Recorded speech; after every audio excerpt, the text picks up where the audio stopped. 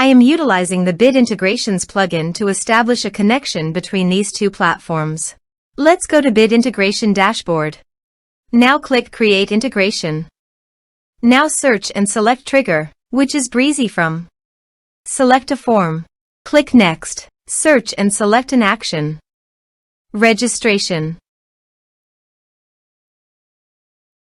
Choose an action type. Map the respective fields.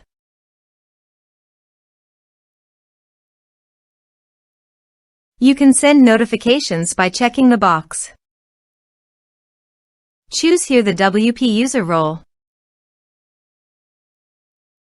You can check the box for auto login after registration. You can also map here meta field.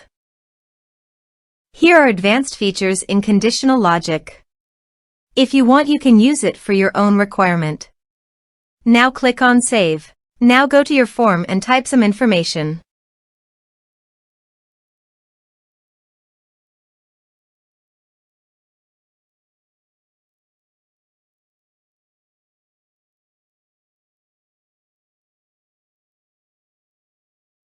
And submit the form. The form is successfully submitted. Now go to the user's dashboard. And here you can see after the form fill up the new user created successfully done. Thanks for watching.